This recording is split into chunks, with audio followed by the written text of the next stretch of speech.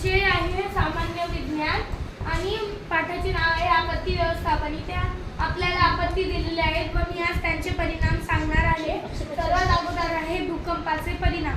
भूकंपाचे परिणाम रस्ते, लोहमार्ग, घरे, पुलं उद्ध्वस्त होतात, लोकांची घरे उद्ध्वस्त होतात, नद्यांच्या प्रवाहाची दिशा बदलू शकते, मोठ्या प्रमाणात जीवित व वित्तहानी होते. दुसरा आहे महापुराचे परिणाम.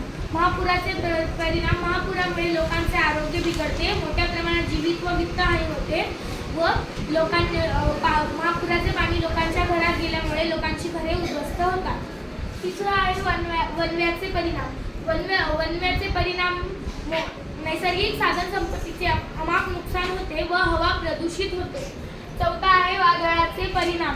वादळग्रस्त प्रदेशांचे अमाप नुकसान होते, वादळग्रस्त पिकांचे अमाप नुकसान होते, दळणवळण यंत्रणा खंडित होते व वीज पुरवठा खंडित होतो. धन्यवाद.